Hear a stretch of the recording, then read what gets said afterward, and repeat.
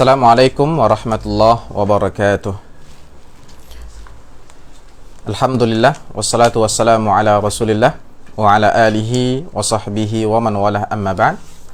Fahayakumullah ayuha at-talabah al-mukarramun al-muhtaramun al-fudala, baik yang berada di studio ini ataupun di rumah masing-masing yang sedang mengikuti pelajaran ini. Mudah-mudahan Allah Subhanahu wa ta'ala meridai kita semua, menjaga kita semua dimanapun kita berada. Amin ya rabbal alamin. InsyaAllah pada pertemuan kali ini, dan ini merupakan pertemuan yang ke-20, kita akan memasuki pembahasan yang baru yang berkaitan dengan pembahasan sebelumnya. Ingat, pembelajaran bahasa Arab itu selalu berkaitan. Oleh karenanya, jangan sampai kita berada di suatu materi kecuali materi-materi sebelumnya sudah kita ulang, masih kita ingat, ya. Pada pertemuan sebelumnya, di pertemuan yang ke-18, ke-19, kita telah mempelajari tentang fi'il mudhari, fi'il madhi dan fi'il amar. Kita telah mempelajari tentang hukum fi'il madhi, hukum fi'il amar dan hukum fi'il mudhari, khusus ketika kita berbicara tentang fi'il mudhari, bahwa fi'il mudhari sebagaimana yang sudah kita pelajari mu'rab, berbeda dengan fi'il madhi dan fi'il amar, yang mana keduanya adalah mabni, tidak berubah-ubah lagi akhirannya. Tetapi fi'il mudhari dia mu'rab, terkadang dia mansub, baik itu dengan fathah ataupun dengan tanda-tanda yang lain. Terkadang dia marfu', ya, ditandai dengan dhammah ataupun tanda-tanda yang lain yang mewakili. Terkadang dia majzum, ya, baik ditandai dengan sukun ataupun ditandai dengan tanda-tanda yang lain sebagai perwakilan sukun. Nah, ketika kita mempelajari tentang hukum fi'il mudhari ini, ya, bahwa fi'il mudhari terkadang dia mansub dan terkadang dia majzum. Ya, adapun ketika dia marfu', maka ketahuilah dia berada pada hukum asalnya. Ya, sebagaimana yang kita katakan bahwa fi'il mudhari itu hukumnya marfu' idza tajarrada, kalau seandainya dia terlepas dari adawatun nasbi dan adawatul jazmi. Ketika dia terlepas, yakni tidak dimasuki oleh instrumen-instrumen yang dapat menjadikan dia mansub ataupun majzum. Nah, tentunya untuk atau agar kita memahami, dapat mempraktekkan ilmu ini, tentu kita harus mengetahui apa saja sih adawatun nasbi dan apa saja adawatul jazmi. Maka faminal munasib, ya, cocok sekali, sesuai sekali setelah kita belajar tentang itu, kita belajari sekarang apa sih adawat atau instrumen-instrumen atau faktor-faktor yang menjadikan fi'il mudhari itu berubah dari yang awalnya marfu' menjadi mansub, dari yang awalnya marfu' menjadi majzum. Ya, jadi ada dua yang perlu kita pelajari. Yang pertama adawatun nasbi, faktor-faktor yang menjadikan fi'il mudhari mansub, dan adawatul jazmi. Insyaallah kita akan pelajari itu semua secara bertahap dan secara berangsur insyaallah, mulai pada malam hari ini di pertemuan yang ke-20 ini. Silakan dibuka bukunya halaman 103. Penulis waffaqahullahu ta'ala mengatakan al-faidatul khamisata asyrata, faedah yang ke-15, nawasibul fi'lil mudhari. Kita akan memulainya dengan pembahasan nawasib, yaitu instrumen-instrumen atau alat-alat atau faktor-faktor yang menjadikan fi'il mudhari mansub. Disebut sebagai nawasib, ya, sebagai secara singkat, ya, secara ringkas disebut nawasib, jamak dari nasib. Nawasibul fi'lil mudhari, yang menjadikan fi'il mudhari mansub. Taib. Penulis mengatakan nawasibul fi'lil mudhari hiyal adawatul lati yakunul mudhari'u mansuban ba'daha wa hiya ashrun. Nawasibul fi'lil mudhari itu adalah al-adawat Jadi kita bisa katakan dia sebagai nawasib atau adawatun nasbi. Ya, nawasib atau adawatun nasbi. Al-adawat allati yakunul mudhari'u mansuban ba'daha. Maksud dari nawasibul fi'lil mudhari' itu adalah al-adawat, instrumen-instrumen yang mana fi'il mudhari' yang datang setelah dia menjadi dalam keadaan nasab atau menjadi mansub. Itu yang dimaksud dengan nawasibul fi'lil mudhari'. Contoh yang sudah kita bacakan atau jelaskan sebelumnya saat pembahasan tentang hukum fi'il mudhari, itu ada an, ada juga kita sebut lan. Nah, ternyata banyak lagi saudara-saudara dari an dan lan yang kerjanya sama, yaitu ketika datang sebelum fi'il mudhari, maka fi'il mudhari yang datang setelah dia itu harus mansub, Taib. Wa hiya ashrun, keseluruhannya ada 10 kata penulis, yaitu an, ya, an, lan, idzan, kai, lamut ta'lil, kemudian lamul juhud, hatta, fa'us sababiyah, fa'us sababiyah, wawul ma'iyah, au. Ya, ashrun atau 10 nawasib. An, lan, idzan, kai, lamut ta'lil, lamul juhud, fa'us sababiyah, wawul ma'iyah, au, dan hatta. Ya. Baik. Kemudian penulis mengatakan fakullu adatin min hadhihi al-adawatil madhkurah idza dakhalat 'ala al-fi'l al-mudhari fa innaha tansibuhu bi nafsiha. Perhatikan. Ya, di sini nanti ada khilaf, perbedaan antara para ulama nahwu, ya. Fa kullu adatin min hadhihi al-adawatil madhkurah, setiap dari instrumen di atas, yakni setiap dari yang 10 ini, idza dakhalat 'ala al-fi'l al-mudhari, ketika masuk ke dalam fi'il mudhari, yakni mendahului fi'il mudhari, datang sebelum fi'il mudhari, fa innaha tansibuhu bi nafsiha, maka seluruh instrumen ini dia akan menjadikan fi'il mudhari mansub, ya, dengan sendirinya.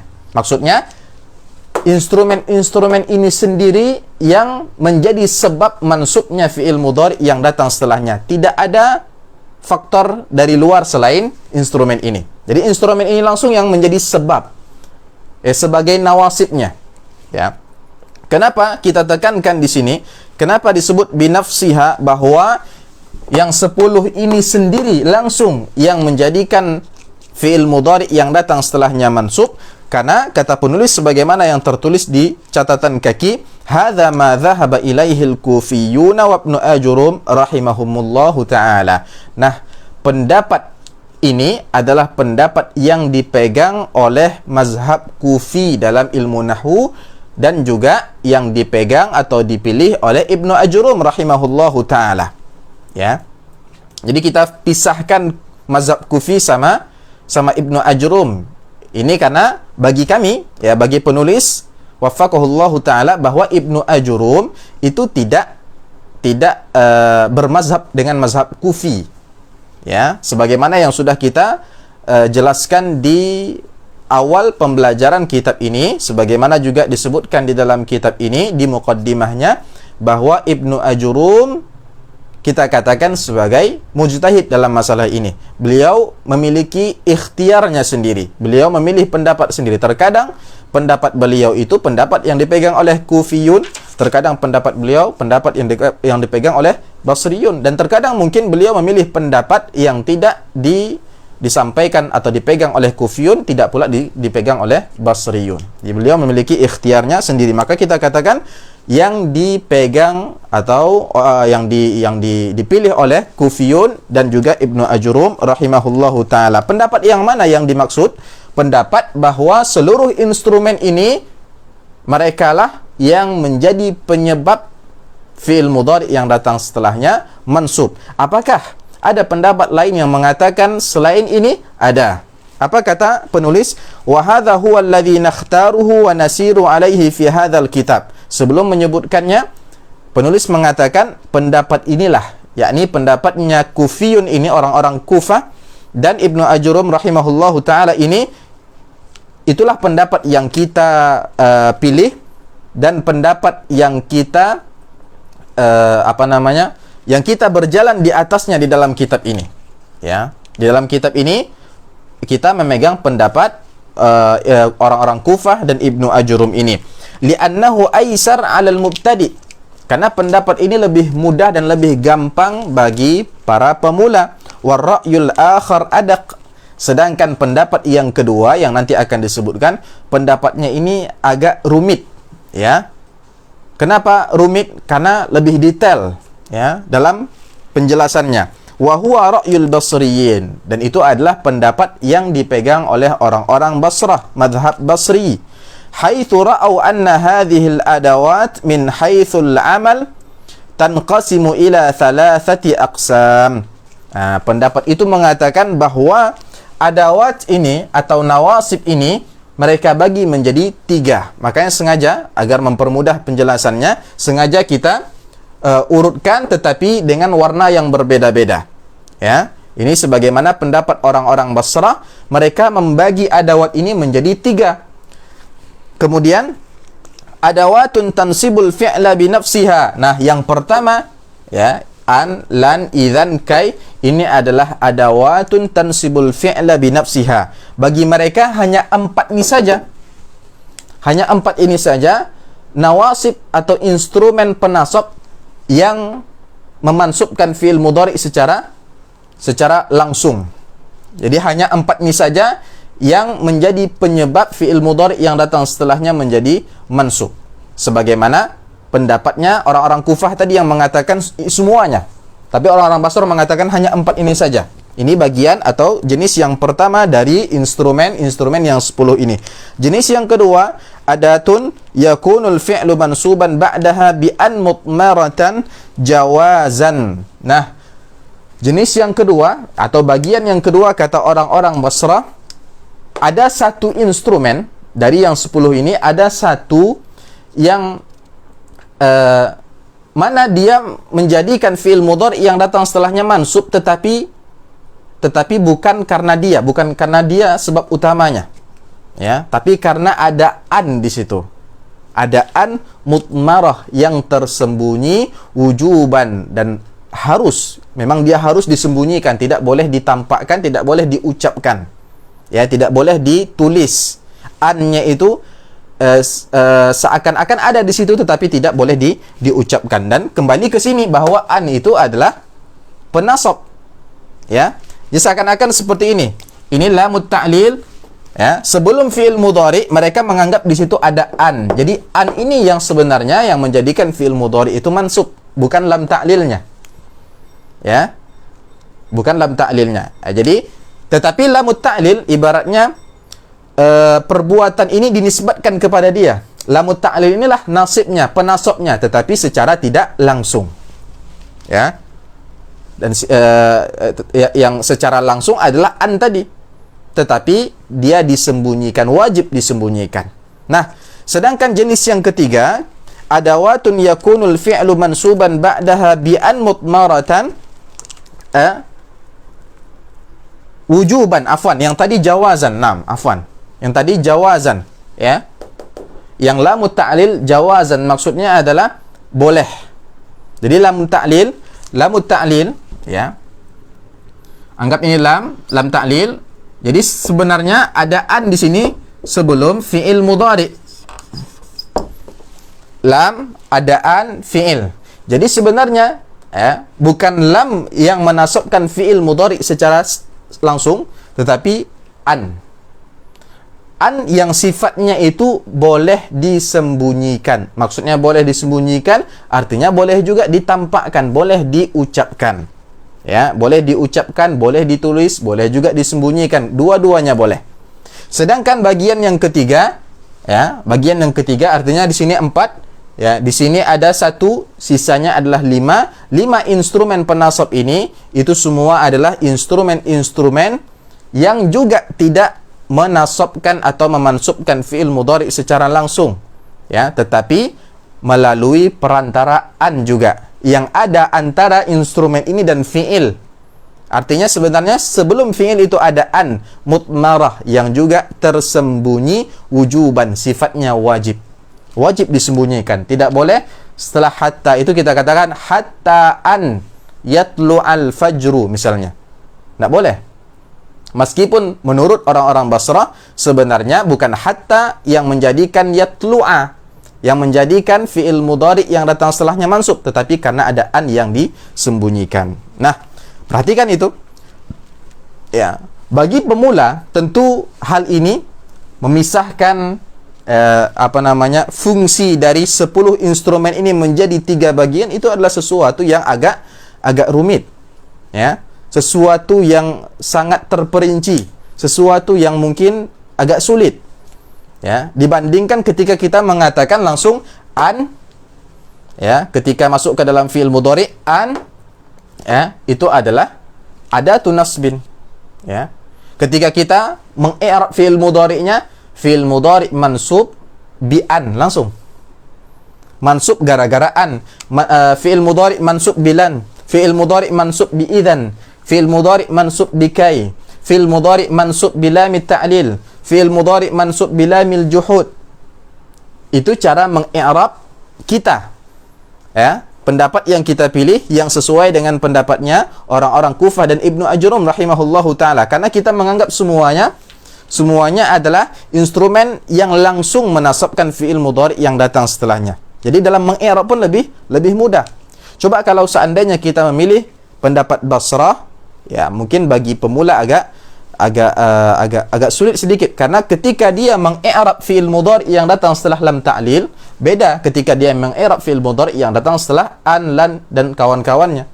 Ketika dia mengi'rab fi'il mudhari' yang datang setelah an, dia akan mengatakan fi'il mudhari' mansub bi an, bilan, bi idzan, bi kai.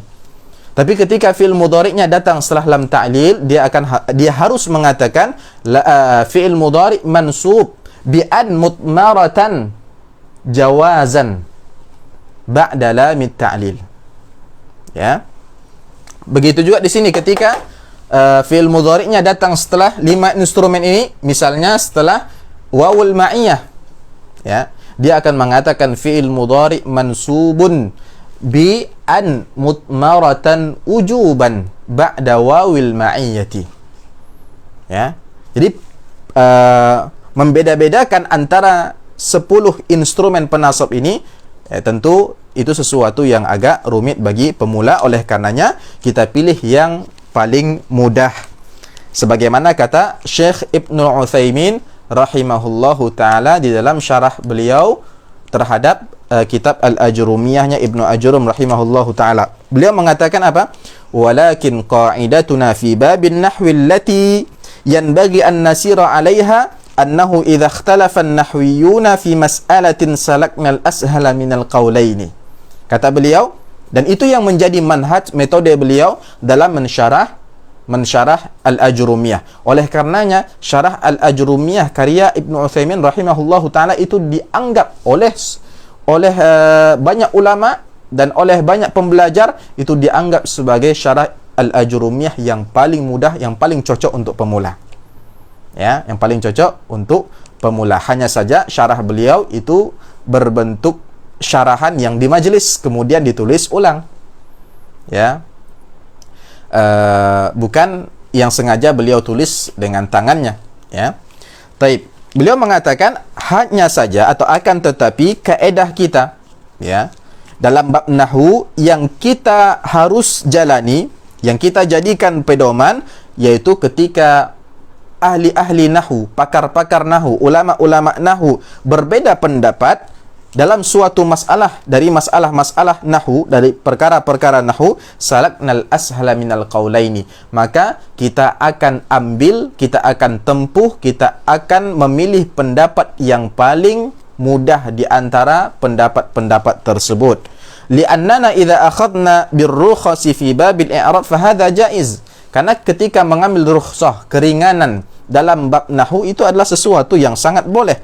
Fal qa'idatu 'indi Maka kaedahnya bagi saya, kata beliau, anna kulla qawlaini min aqwalin nahwi fi mas'alatin minal masail nasluku ashalahuma. Maka setiap perkara, setiap masalah di dalam nahwu yang ada silang pendapat dalam hal tersebut atau dalam masalah tersebut antara para ulama nahwu, maka kami akan mengambil pendapat yang paling mudah di antaranya. Ya, yang paling mudah kita ambil. Ya, kenapa kita harus mengikuti pendapat satu mazhab saja? Ya, kita ikuti saja pendapat yang paling mudah. Ya, taib. Kita lanjutkan. Kemudian penulis wafaqahullahu ta'ala mengatakan wa hadhil adawat jami'uha likulli wahidatin minha dalalatun fil ma'na. Nah, setiap adawat, setiap instrumen yang 10 ini, dari instrumen yang 10 ini, likulli wahidatin minha dalalatun fil ma'na. Setiap dari instrumen ini memiliki makna masing-masing. Meskipun ya, fungsi mereka adalah menasabkan fi'il mudhari, ya, tetapi kita perlu untuk mengetahui makna dari masing-masing instrumen, karena setiap instrumen itu membawa makna yang berbeda-beda. Ya, ini agar kita tahu bagaimana dan kapan kita memakai ya adawat atau instrumen-instrumen ini. Meskipun sebenarnya mengkaji tentang makna-makna huruf, makna-makna dari adawat di dalam mengkaji artinya, mengkaji maknanya, kemudian dipakai untuk makna yang seperti apa, itu sebenarnya lebih kepada ilmu ma'ani, ya, lebih khusus kepada ilmu ma'ani, bukan ilmu nahwu. Ilmu nahwu hanya mempelajari kalau kita sudah tahu ini instrumen penasab, ingat yang datang setelah ini dari fi'il mudhari akan menjadi mansub. Itu khusus yang menjadi kekhususan ilmu nahwu. Sebenarnya mengkaji makna-maknanya itu khusus di bab ilmu al-ma'ani atau al-balaghah. Hanya saja terkadang mempelajari ilmu nahwu tanpa mengetahui makna-makna ini adalah sesuatu yang mungkin kita rasa kurang sempurna gitu. Ya, rasanya kita memakan sayuran tanpa garam. Ya. Kurang pas rasanya kita melewati instrumen itu begitu saja tanpa kita mengenal makna atau bagaimana cara memakainya. Taib. Wa ilaika bayanu hadhihi dalalat. Nah, silahkan. Inilah dia penjelasan tentang makna-makna atau arti-arti adawat atau instrumen-instrumen ini. An yang pertama, an harfu nasbin wa masdarin wa istiqbal. Ya, yang pertama an. Ya. An ini disebut sebagai harfu nasbin. Dia disebut sebagai harfu nasbin. Kenapa disebut sebagai huruf nasab? Itu sudah jelas. Karena dia adalah salah satu dari nawasib yang 10. Ya, dia salah satu dari adawatun nasbi. Harfu nasbin maksudnya adalah ketika dia datang sebelum fi'il mudhari, maka dia menjadikan fi'il mudhari itu mansub. Maka disebut sebagai harfu nasbin. Kemudian juga disebut sebagai harfu masdar. Huruf masdar. Kenapa disebut sebagai huruf masdar? Karena ya, ketika an datang setelahnya fi'il mudhari, an dan fi'il mudhari ini keduanya itu setara dengan masdar. Setara dengan masdar yang disebut sebagai masdar muawwal. Contoh, uridu an tanjaha. Uridu an tanjaha. Apa sih makna uridu an tanjaha? An tanjaha itu bisa ditakwil kepada apa? Najahuka. Ya, sama seperti saya mengatakan uridu najahaka. Ya. Makanya disebut sebagai harfu masdar. Karena an sama fi'il mudhari yang datang setelahnya yusawiyani al-masdar. Sama dengan satu masdar. An tanjaha maknanya adalah najahuka. Yasurruni an taji'a atau yasurruni an tazurani. Ya, au yasurruni, an yasurruni an tata'allama huna. Ya, ma makna yasurruni an tata'allama huna? yakni yasurruni ta'allumuka huna. Ya. Taib. Itu kenapa dia disebut sebagai huruf masdar. Kemudian wastiqbal. An ini juga bisa disebut sebagai huruf istiqbal. Kenapa disebut sebagai huruf istiqbal? Ya. Li'annaha, kata penulis di sini di catatan kaki, li'annaha tusayyiru zaman al-fi'li khasan lil istiqbal ba'da an kana salihan lil hali wal istiqbal. Karena dia menjadikan waktu yang ada pada fi'il mudhari setelahnya itu hanya khusus terikat dengan waktu, afwan, kita ulangi. Karena an ini menjadikan fi'il mudhari yang datang setelahnya khusus atau terikat hanya pada waktu yang akan datang. Setelah sebelumnya, ya, setelah sebelumnya fi'il mudhari itu dia terikat dengan waktu yang akan datang dan waktu yang sedang berlangsung. Sebagaimana yang sudah kita pelajari, fi'il mudhari itu terikat dengan dua waktu. Yang pertama hal, menunjukkan sedang berlangsung. Yang kedua itu istiqbal, menunjukkan bahwa perbuatan, pekerjaan atau peristiwa itu akan dilaksanakan, akan terjadi. Ketika ada an, dia mengkhususkan fi'il mudhari untuk waktu yang akan datang saja. Ya, untuk waktu yang akan datang saja. Tidak tepat ketika fi'il mudhari didahului oleh an dan tujuannya adalah untuk menunjukkan peristiwa atau perbuatan itu sedang berlangsung. Ya. Misalnya ketika saya mengatakan uridu an anama, apakah ketika saya mengatakan itu saya sedang tidur? Tidak. Uridu an anama itu maksudnya adalah saya pengen tidur, artinya saya belum tidur. Saya tidak sedang tidur tetapi akan tidur. Ya. Padahal ketika saya mengatakan anamu saja, ini boleh dua kemungkinan. Anamu maksudnya saya sedang tidur, tapi tidak mungkin orang yang sedang tidur berbicara, ya. Intinya seperti itu. Anamu saya bisa bermakna saya sedang tidur atau saya akan tidur.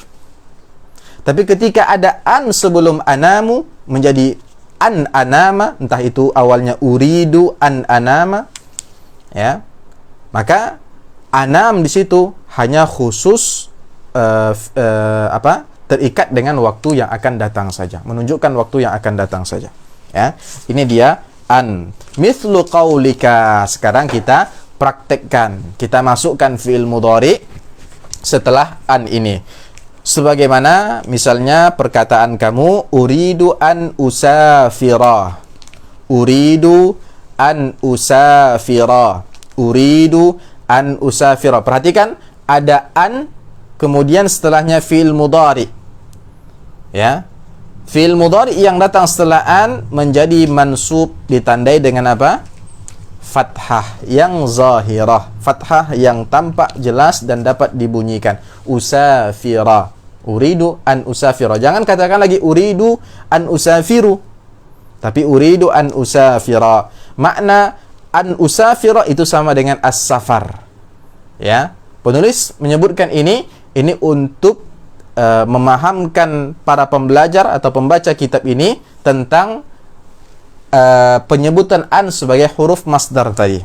An usafira ini an, usafira fil mudhari ketika digabungkan itu sama dengan satu masdar.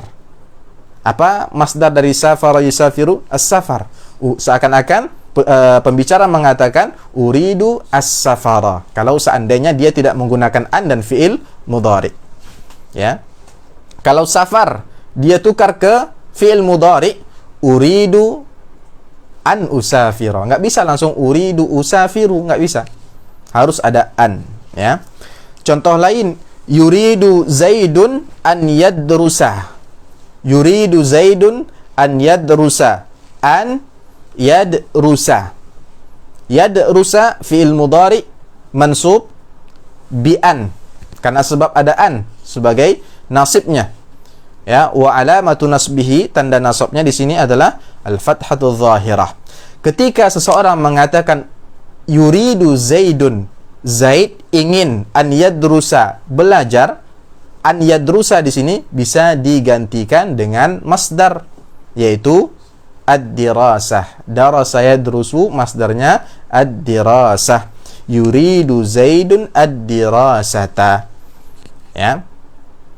Fakullun min usafira wa yadrusa fi'lun mudhari. Dari dua contoh tadi, setiap dari usafir dan yadrus itu adalah fi'il mudhari yang mansub.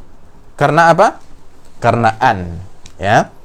Wa alamatu nasbihi al-fathatu dhahirah ala akhiri. Dan tanda nasabnya adalah fathah yang tertulis dan terucapkan di atas akhiran dari fi'il mudhari tersebut. Mithalun akhar, contoh yang lain, ya. Atma'u an yardallahu anni. Atma'u an yardallahu anni. Ya. Saya atma'. Apa itu arti atma'? Saya toma'. Apa itu toma'? Iya, sangat menginginkan. Saya sangat menginginkan an yardallahu anni, bahwa Allah akan redha terhadapku. Ya, saya sangat mengharapkan Allah itu redha terhadapku. Perhatikan, ada an setelahnya fi'il mudhari yaitu yarda. Maka yarda menjadi mansub karena ada an. Dan tanda nasabnya apa? Fathah muqaddarah. Fathah yang tidak dapat dibunyikan. Ya, sebabnya adalah at-ta'adzur, karena akhirnya adalah huruf illah alif. Nah, an yarda, ini an, kemudian fi'il mudhari. Kita rubah ke masdar. Apa masdar dari radiya yarda? Ar-ridha. Ya, seakan-akan bunyinya juga bisa atma'u ridallahi anni. Ya, atma'u ridallah anni. Kemudian contoh yang lain, yuridul atfalu an yal'abu. Yuridul atfalu an yal'abu. Anak-anak kecil itu ingin bermain. An yal'abu. An harfu nasbin wa masdarin wa istiqbal. Yal'abu fi'il mudhari. Mansub, marfu atau majzum? Mansub gara-gara ya, mansub bi an. Wa alamatu nasbihi hadfun nuni. Ini hal yang seperti ini, tanda-tanda nasab ini tidak kita bahas lagi di sini karena sudah berlalu pembahasan tentangnya. Ini khusus pembahasan bagaimana kita mempraktekkan hukum-hukum fi'il mudhari yang sudah kita pelajari ketika dimasuki faktor-faktor yang menjadikan dia mansub atau majzum, ya. Nah, an yal'abu, ya. Ma masdar la'iba yal'abu. Masdar dari la'iba yal'abu. La'ib, ya. Ingat, bukan la'bu tapi al-la'ibu, ya. Al-la'ibu bukan al-la'bu. Banyak yang menganggap masdar la'iba yal'abu itu al-la'bu, ya, tidak, tapi al-la'ibu. Jadi seakan-akan ketika seseorang mengatakan yuridul atfalu an yal'abu, itu sama dengan yuridul atfalu al-la'ibah. Ya, anak-anak itu pengen main. Taib. Nah, jadi i'rab dari yarda dan yal'abu itu setiap dari keduanya itu adalah fi'il mudhari yang mansub bi an wa alamatu nasbihi, ya, kalau yarda al-fathatul muqaddaratu alal alif, karena akhirannya adalah alif. Mana'a min zuhuriha at-ta'adzur.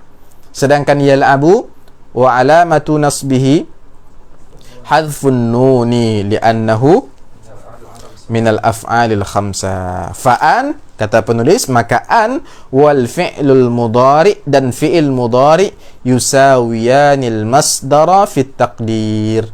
Maka secara takdirnya, secara perkiraannya, jadi an sama fi'il mudhari itu sama, ya, dengan masdar, ya. Itu yang pertama, an. Kemudian yang kedua, lan, ya.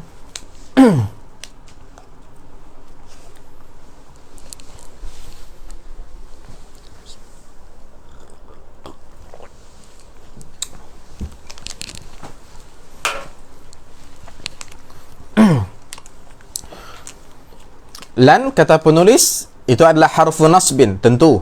Itu sudah jelas, karena 10 nawasib ini tentu dia dianggap sebagai harfu nasbin, huruf penasab. Kemudian harfu nafyin, lan juga disebut sebagai harfu nafyin. Jadi berbeda dengan agak berbeda sama an tadi, yang an tidak disebut sebagai harfu nafyin, tapi lan disebut juga sebagai harfu nafyin. Wastiqbal, sekaligus juga huruf istiqbal sama dengan an. Ya. Huruf nasab maksudnya kita sudah ketahui. Huruf istiqbal kita maksudnya juga sudah mengetahui. Yang asalnya fi'il mudhari itu memiliki dua kemungkinan waktu sedang berlangsung dan yang akan datang ketika dimasuki oleh lan, maka hanya tinggal satu kemungkinan saja, bahwa fi'il mudhari yang datang setelahnya hanya terikat dengan dengan waktu yang akan datang. Ya. Nah, ketika misalnya saya mengatakan lan arji'a ila baladi, lan arji'a ila baladi, saya tidak akan pulang ke negeri saya. Ya, saya tidak akan pulang ke negeri saya. Nah, arji'a di sini, fi'il mudhari di sini terikat dengan waktu sedang berlangsung atau yang akan datang. Maksud dari perkataan tadi, ya, akan datang. Ya, maksudnya selanjutnya, artinya semenjak saya ngomong ini, setelah saya ngomong ini, artinya saya tidak akan pulang. Ya, seperti itu.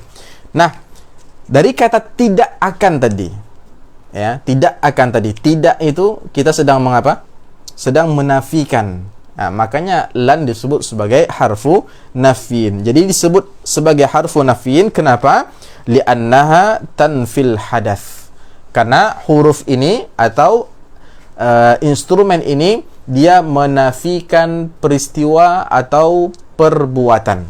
Lan arji'a, ya, dia menafikan rujuk, menafikan pulang tadi.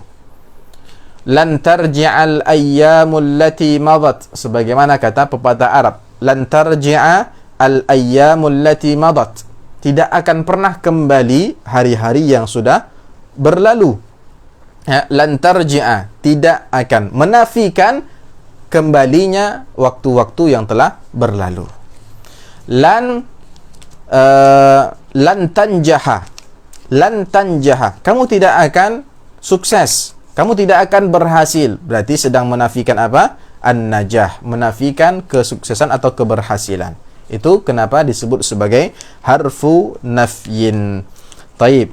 Contohnya, lan ashrabal khamra, lan ashrabal khamra, saya tidak akan minum khamar, tidak akan pernah minum khamar. Jadi semenjak yatakallamul mutakallim, semenjak pembicara mengatakan ini, ya, dia tidak akan minum khamar, artinya sudah masuk ke zaman mustaqbal, ke zaman yang akan datang, dan dia menafikan syurbul khamar, menafikan perbuatan minum khamar. Ya, itu yang dimaksud dengan huruf istiqbal, huruf nafin. Kemudian huruf nasab, karena ketika ada lan, perhatikan asyraba, fi'il mudhari mansub bilan. Ya, dia menjadi mansub gara-gara ada lan, dan tanda nasabnya adalah fathah sebagaimana yang terdengar dan sebagaimana yang terlihat. Taib. Contoh yang kedua, lan takhruji, lan takhruji. Ya. Jadi setiap contoh di sini kita tidak hanya mengambil satu contoh saja yang tanda nasabnya fathah zahirah saja, tidak. Kita akan ambil contoh dari af'al khamsah, kita akan ambil contoh dari yang tanda nasabnya adalah muqaddar dan lain sebagainya. Ya. Lan takhruji, kamu tidak akan keluar.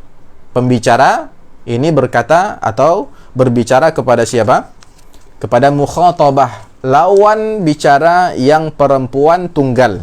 Lan takhruji, kamu tidak akan keluar. Takhruji, ya, ini adalah fi'il mudhari yang mansub karena lan, ya, datang sebelumnya, dan tanda nasabnya apa? Hadfun nun, sama seperti yal'abu tadi. Kenapa? Karena takhruji ini termasuk minal af'alil khamsah. Dia termasuk salah satu af'al khamsah, yaitu fi'il mudhari yang bersambung akhirannya dengan ya'ul mukhatabah. Ya. Maka lan itu ja'at litanfil hadatsa fil mustaqbal, kata penulis. Maka fungsi lan, jadi ini dia makna, inilah yang dimaksud dengan dalalah tadi. Yang dimaksud oleh penulis tentang dalalah, makna atau arti dari penggunaan huruf-huruf atau instrumen-instrumen penasab ini. Jadi lan itu datang, ketika datang sebelum fi'il mudhari, itu tujuannya apa? Kenapa dia datang dan untuk membawa makna apa? Ja'at litanfil hadath. Dia datang untuk menafikan peristiwanya atau menafikan perbuatan fil mustaqbal, pada waktu yang akan datang. Ya, apakah maksud pada waktu yang akan datang itu menafikan perbuatan itu setahun setelah dibicarakan? Ya, atau 1 minggu setelah dibicarakan? Tidak mesti. Ya, ingat, zamanul mustaqbal itu ba'da zamanit takallum, setelah zaman berbicara. Artinya selesai berbicara, artinya sudah masuk ke zamanul mustaqbal. Ya. Taib. Yang ketiga, idzan. Ya, yang ketiga adalah idzan.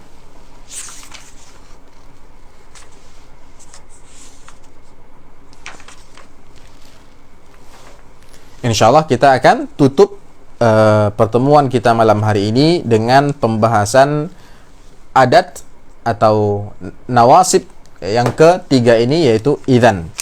Idzan harfu nasbin, dia adalah huruf penasab dan kita sudah tahu maknanya. Kemudian juga disebut sebagai harfu jawabin wa jaza. Dia juga dianggap sebagai huruf jawab. Ya, arti jawab itu apa? Respon. Ya. Jawaban atau respon. Ya. Kemudian huruf jaza. Jaza itu apa? Balasan. Taib. Maksudnya apa sih? Nanti kita akan ketahui ketika kita akan berbicara atau menjelaskan tentang contoh-contoh yang disebutkan di sini. Jadi, kenapa disebut sebagai huruf jawab? Huruf untuk mengungkapkan respon. Kenapa sih? Kata penulis di catatan kaki, li'annaha taqa'u jawaban li kalamin sabiqin 'alaiha. Karena idzan ini dia terletak ya pada respon, pada ucapan, ya, pembicaraan sebagai jawaban atau sebagai respon untuk pembicaraan atau ucapan sebelumnya. Ya. Perhatikan ini. Lau qala laka qail. Ya, ini contohnya. Kalau seandainya ada orang berkata kepada Anda, sa'udzakiruka jayyidan. Ini dimaksud dengan ucapan sebelumnya. Ini ucapan sebelum adanya idzan. Sa'udzakiru jayyidan. Saya akan belajar dengan baik. Saya akan belajar dengan baik. Faqultu lahu. Maka ketika dia mengatakan itu, saya menjawabnya. Saya meresponnya. Idzan tanjaha. Kalau begitu, kamu akan sukses, kamu akan berhasil. Ya. Jadi perkataan idzan itu digunakan ketika kita merespon atau menjawab memberikan respon terhadap suatu pernyataan. Pernyataan yang dimaksud di sini tadi seperti contohnya sa'udzakiru jayyidan, kata teman kita. Sa'udzakiru jayyidan, saya akan belajar dengan baik. Idzan tanjaha. Kalau begitu, nah kata-kata kalau begitu itu merupakan respon ya atas ucapan yang datang sebelumnya. Idzan tanjaha. Ketika setelah idzan itu fi'il mudhari, maka fi'il mudhari'nya harus mansub karena idzan adalah harfu nasbin. Jadi kita katakan tanjaha ini mansub bi idzan wa alamatu nasbihi al-fathatu adh-dhahiratu ala akhirih. Nah, contoh yang kedua. Lau qala laka qailun sa'azuruka ghadan. Sa'azuruka ghadan. Saya akan mengunjungi Anda besok. Saya akan mengunjungi Anda besok. Faqultu lahu, kemudian saya berkata kepadanya, idzan ukrimaka. Kalau begitu saya akan muliakan Anda. Saya akan muliakan Anda. Nah, ini adalah pernyataan sebagai respon terhadap perkataan kawan dia yang mengatakan, saya akan mengunjungi Anda besok. Ini yang dimaksud bahwa idzan itu adalah harfu jawab.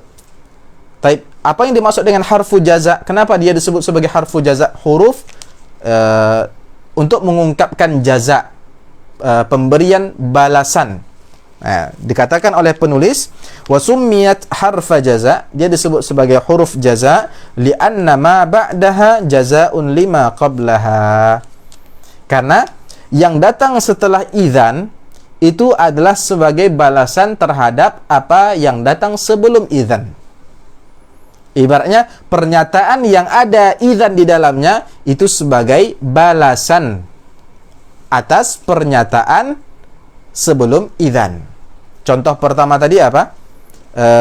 Pernyataan yang sebelum idzan, sa'udzakiru jayyidan. Kemudian direspon, idzan tanjaha. Kalau begitu kamu berhasil. Ini menunjukkan keberhasilan itu adalah jaza, balasan atas belajar yang baik, gitu. Ya. Kemudian sa'azuruka gadan. Ya. Kemudian kita katakan idzan ukrimaka. Ini menunjukkan bahwasannya ikram, ya, pemuliaan kita terhadap dia itu adalah balasan karena dia telah mengunjungi kita. Maka disebut sebagai harfu jaza. Taib. Yang ketiga, lau qala laka qail, kalau ada yang berkata kepada Anda, laqad safara Zaidun al-yawma. Laqad safara Zaidun al-yawma. Si Zaid hari ini telah safar, udah pergi aja. Ya. Fakultu lahu, kemudian saya berkata kepada dia, idzan uqabilahu fil matar. Kalau dia sudah safar dari rumahnya hari ini, idzan uqabilahu fil matar. Ya, kalau begitu saya akan menjumpai dia di bandara. Saya akan menjumpai dia di bandara. Nah, pernyataan ini merupakan respon terhadap berita yang dia dengar tadi, dan sekaligus muqabalah pertemuan ini sebagai jaza, ya, sebagai balasan atas atas safarnya Zaid. Ya, karena Zaid sudah safar, maka balasannya adalah pertemuan di bandara, bukan pertemuan di rumahnya lagi. Ya, seperti itu. Fakullun min tanjaha wa ukrima wa uqabila, maka setiap dari tanjaha tadi, ukrima tadi, kemudian uqabila, semuanya adalah fi'il mudhari yang mansub bi idzan, karena sebab idzan. Wa alamatu nasbihi al-fathatu adh-dhahiratu ala akhirih. Dan tanda nasab sebagaimana yang kita lihat pada setiap fi'il mudhari ini itu adalah fathah yang tampak pada akhiran fi'il tersebut, ya. Taib. Kemudian selanjutnya waja'at idzan fil amthilatis sabiqah jawaban li kalamin sabiqin 'alaiha. Ini penekanan tentang kenapa disebut sebagai harfu jawab tadi. Karena idzan pada setiap contoh tadi itu datang sebagai respon terhadap pernyataan atau perkataan sebelumnya. Taib. Ternyata, ya, untuk menggunakan idzan dan menganggap dia sebagai harfu nasab itu ada syarat-syarat yang harus terpenuhi. Artinya, terkadang idzan ini dia digunakan untuk mengawali pernyataan sebagai respon terhadap pernyataan sebelumnya, tetapi dalam satu waktu dia tidak dianggap sebagai harfu nasbin. Artinya apa? Kita memberikan respon dengan mengawali pernyataan kita dengan idzan, tetapi fi'il mudhari yang datang setelah idzan itu tidak menjadi mansub. Ini maksudnya. Ya.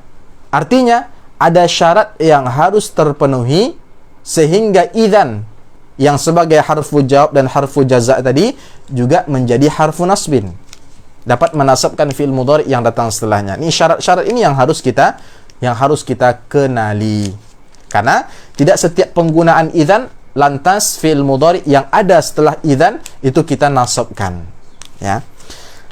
Wa yushtaratu li nasbil mudhari biha thalathatu syurut. Jadi agar fi'il mudhari yang datang setelah idzan menjadi mansub itu ada 3 syarat yang harus terpenuhi, wahia, yaitu yang pertama antakuna fi bidayati jumlatil jawab. Yang pertama, idzannya harus ada di awal kalimat respon, di awal kalimat yang menjadi pernyataan, yang menjadi respon kita terhadap pernyataan sebelumnya. Harus berada di awal, tidak boleh di tengah, tidak boleh di akhir, ya. Karena dalam berbahasa kita boleh saja meletakkan idzan di mana-mana saja dan maknanya tetap sama sebagai respon. Hanya saja permasalahannya di sini, kalau ingin menjadikan idzan sebagai harfu nasbin dan fi'il mudhari yang datang setelahnya itu menjadi mansub, maka idzannya harus di awal kalimat. Ya. Kemudian syarat yang kedua, alla yakuna bainaha wa bainal fi'li faslun. Dan tidak boleh, setelah tadi syarat yang pertama, idzan harus berada di awal kalimat. Kemudian tidak boleh ada di antara idzan dan fi'il mudhari yang datang setelahnya itu pemisah. Yang enggak ada pemisah antara idzan dan fi'il mudhari. Artinya apa? Artinya agar fi'il mudhari yang datang setelah idzan itu mansub, maka fi'il mudhari itu harus datang langsung setelah idzan, pas setelah idzan, tidak ada pemisah. Illa, kecuali kata penulis, al-qasamu wan nida'u wala an-nafiyatu, kecuali yang ada di antara idzan dan fi'il itu qasam. Ya. Apa namanya? Kalimat sumpah. Atau an-nida, kalimat seruan, atau la an-nafiyah, ya, kecuali yang tiga ini, maka tetap idzan dapat memansubkan fi'il mudhari yang datang setelahnya meskipun tidak secara langsung, ya. Ada tiga perkara ini, atau tiga kalimat ini sebelum fi'il mudhari, ya.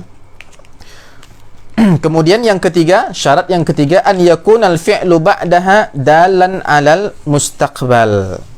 Nah, ini syarat yang juga harus terpenuhi, bahwa fi'il yang datang setelah idzan itu harus fi'il yang menunjukkan perbuatan atau peristiwa itu terjadi di masa yang akan datang, bukan yang sudah terjadi. Ya. Dalan 'alal mustaqbal, menunjukkan fi'ilnya itu membawa waktu atau terikat dengan waktu yang akan datang. Ya, baik. Sekarang kita akan lihat contoh kalimat yang ada idzan dan idzan di situ sebagai harfu nasbin. Artinya seluruh syarat ini terpenuhi. Dan bagaimana pula kalimat yang tidak memenuhi salah satu dari syarat yang tiga ini? Baik, contohnya idzan wallahi tanjaha. Idzan wallahi tanjaha. Kenapa di sini kita katakan tanjaha, fi'il mudhari'nya mansub? Karena syarat yang menjadikan idzan sebagai harfu nasbin semuanya terpenuhi. Idzan berada di awal kalimat. Kemudian ada tak pemisah antara idzan dan tanjah di sini? Ada, tetapi pemisahnya apa? Qasam, yang dikecualikan. Artinya yang diperbolehkan. Seakan-akan itu tidak dianggap sebagai pemisah yang bermakna. Ya. Kemudian apakah fi'il tanjaha itu, ya, menunjukkan itu akan terjadinya di masa yang akan datang? Iya, idzan tanjaha ini kan artinya, oh kalau begitu kamu akan berhasil, kan gitu. Kamu akan berhasil. Contoh yang kedua, idzan ya Zaidu tanjaha. Ini juga syarat yang pertama dan yang ketiga terpenuhi. Syarat yang kedua juga terpenuhi meskipun ada pemisah antara idzan dan tanjaha, tetapi pemisahnya apa? An-nida, kalimat seruan. Idzan ya Zaid tanjaha. Oh kalau begitu wahai Zaid, kamu akan berhasil. Ya. Kemudian idzan la tarsuba. Idzan la tarsuba. Kenapa tidak idzan la tarsubu? Kan ada pemisah, ada fasil antara idzan dan fi'il. Tetapi fasil itu berupa apa? La an-nafiyah. Dan la an-nafiyah itu fasil yang diperbolehkan. Artinya fasil yang tidak dianggap. Ya. Artinya idzan tetap bekerja sebagai fungsi harfu nasbin. Idzan la tarsuba. Kalau begitu, Anda tidak akan rasib, tidak akan gagal. Ya. Kemudian contoh yang keempat, idzan wallahi ya Zaid la tarsub. Idzan wallahi ya Zaidu la tarsuba. Ini menggabungkan seluruh pemisah yang dikecualikan tadi.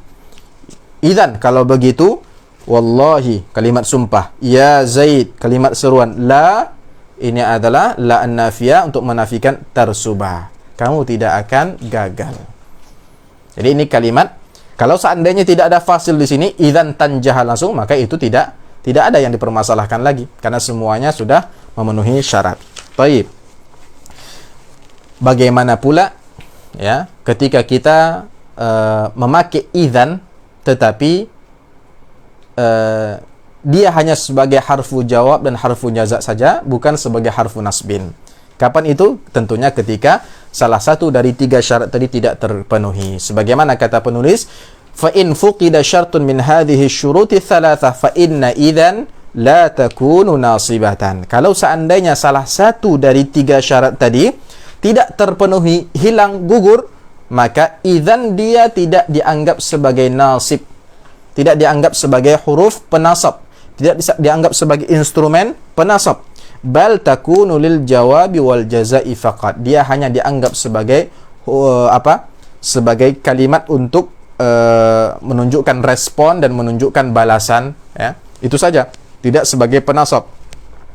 Wa yakunul fi'lul mudhari'u ba'daha hasabal awamilil ukhra. Kemudian fi'il mudhari' yang datang setelahnya bagaimana statusnya? Hukumnya bagaimana?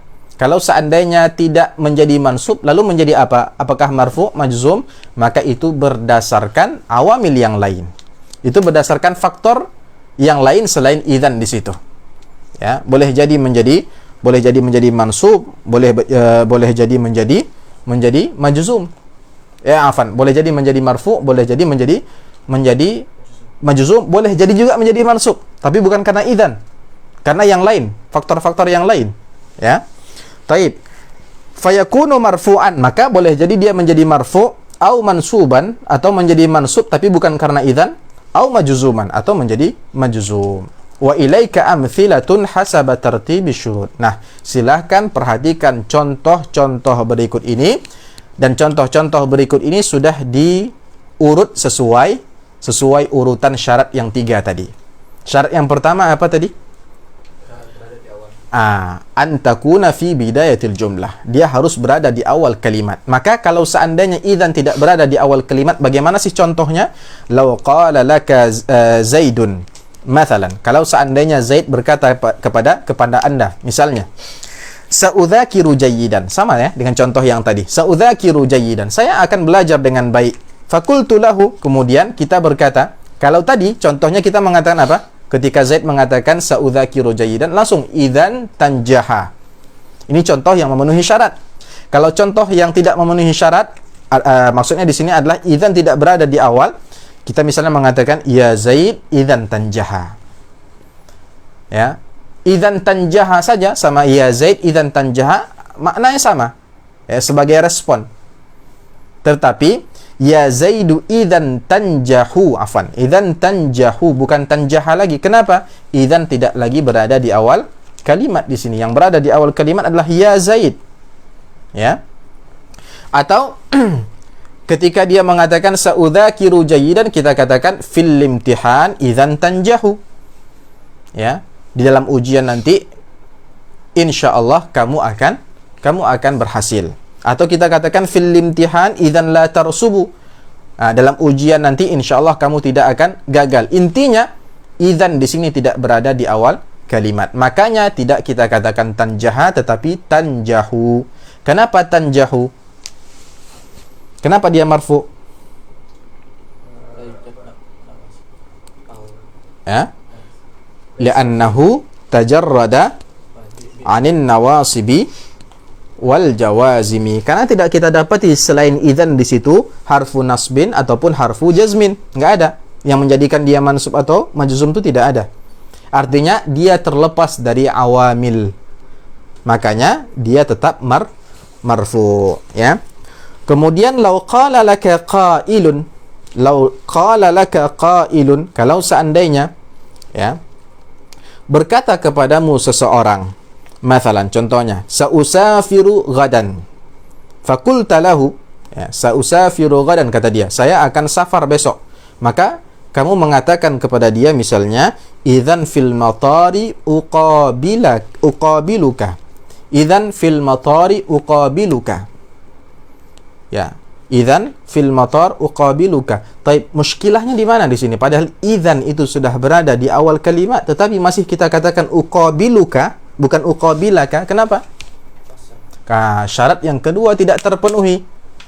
Ya, bahwasannya syarat idzan, ya, menjadikan uqabiluka menjadi uqabilaka itu adalah alla yakuna bainaha wa bainal fi'li fasil. Enggak boleh antara idzan dan fi'il ada pemisah. Di sini ada pemisah. Ya, dan pemisah itu apakah huruf qasam, apakah nida atau la nafiyah? Tidak. Pemisahnya adalah fil matar. Ya, syibhul jumlah, ya, jar dan majrur. Maka itu tidak memenuhi syarat. Makanya idzan fil matari uqabiluka. Ya, tetap sebagai respon dan jawaban, tetapi idzan tidak berfungsi lagi sebagai huruf penasab. Atau kita mengatakan kepada dia, kepada Zaid tadi atau kepada orang tadi, idzan al-yauma uqabiluka. Idzanil yauma uqabiluka, juga antara idzan dan uqabil di situ ada al-yaum, makanya uqabilu bukan uqabila. Kalau begitu hari ini saya akan menjumpai kamu. Ya. Atau kita mengatakan idzan lan uqabilaka ba'da ghadin. Ketika orang itu mengatakan saya akan safar safar besok. Oh, kalau begitu saya tidak akan pernah atau tidak akan berjumpa lagi sama Anda setelah besoknya. Artinya lusanya tidak akan berjumpa lagi. Ya, karena dia sudah safar. Taib. Kenapa di sini dianggap sebagai idzan yang bukan penasab? Artinya tidak memenuhi syarat, tetapi tetap kita katakan uqabila di sini. Apa sebabnya? Ya, yang menasabkannya bukan idzan tetapi lan. Jadi idzan di sini seakan-akan tidak dianggap sebagai penasab. Namun fi'il mudhari di sini tetap mansub. Kenapa? Sebabnya lan, bukan idzan. Ini maka kata penulis tadi, ketika idzan tidak memenuhi syarat, maka i'rab fi'il mudhari yang ada di situ hasabal awamil, ya, berdasarkan amil-amil yang ada di situ, faktor-faktor yang ada di situ. Kemudian atau jawabannya adalah idzan lam tusafir al-yauma. Ketika dia mengatakan sa'usafiru ghadan, saya akan safar besok. Ya, responnya adalah idzan lam tusafir al-yauma. Oh, kalau begitu kamu tidak safar hari ini ya, gitu. Ya, kalau begitu kamu tidak safar hari ini. Nah, perhatikan kata tusafir. Ya, idzan di sini tidak sebagai haruf nasab karena tidak memenuhi syarat, karena ada antara idzan sama tusafir ada lam pemisah. Ya, kemudian tusafir di i'rab sebagai fi'il yang majzum karena lam. Ahsantum. Baik. Contoh yang lain. Ya, sebagai contoh idzan yang tidak memenuhi syarat yang ketiga. Apa tadi syarat yang ketiga? An yakunal fi'lu dalan 'alal mustaqbal. Ya. Artinya di sini adalah bagaimana sih contoh fi'il yang ada idzan di dalamnya tetapi fi'ilnya tidak menunjukkan sesuatu yang akan datang, ya. Contohnya, law qala laka qailun mathalan, ya, ada orang yang berkata kepada Anda, ahtarimu abi. Dia berkata kepada kita, ahtarimu abi, saya sangat menghormati ayah saya. Fakulta lahu, kemudian kita respon pernyataan tersebut dengan mengatakan, idzan tuhibbuhu.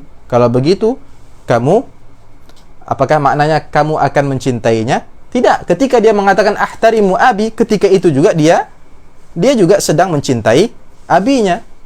Bukan baru akan mencintai, tapi sedang mencintai juga, dan bahkan sudah mencintai abinya dari dulu. Artinya tuhibbu di sini bukan peristiwa perbuatan yang akan berlangsung setelah dia berbicara itu, tidak. Makanya tidak kita katakan idzan tuhibbahu, tetapi idzan tuhibbuhu. Karena idzan di sini tidak memenuhi syarat, meskipun syarat yang pertama terpenuhi, idzan di awal kalimat. Syarat yang kedua terpenuhi, tidak ada pemisah antara idzan dan fi'il. Tetapi syarat yang ketiga tidak terpenuhi. Ya. Jadi tidak setiap idzan itu harfu nasbin. Tidak setiap idzan itu dapat menasabkan fi'il mudhari. Idzan yang dapat menasabkan fi'il mudhari adalah idzan yang memenuhi tiga syarat sebagaimana yang sudah kita pelajari. Mudah-mudahan pelajaran tentang nawasib dan tentang dalalat an-nawasib, penggunaan makna dari instrumen-instrumen penasab ini yang kita pelajari hari ini, yaitu 3, ada an, lan, dan idzan, dapat dipahami dengan baik dan dapat kita praktikkan dalam percakapan sehari-hari dengan teman kita, guru kita, atau kita praktikkan dalam membaca kitab-kitab yang tidak berharakat. Dan mudah-mudahan Allah Subhanahu wa taala meridai pembelajaran kita terhadap bahasa Arab ini dan diberi ganjaran ketika mempelajarinya atas dasar kita mempelajari bagian dari agama kita yang merupakan anjuran, artinya merupakan ibadah yang mudah-mudahan Allah Subhanahu wa taala beri ganjaran atas itu semua. Amin ya rabbal alamin. Ilal liqa. Sampai jumpa kembali pada pertemuan yang akan datang besok insyaallah hari Kamis ba'da Isya. Wassalamualaikum warahmatullahi wabarakatuh.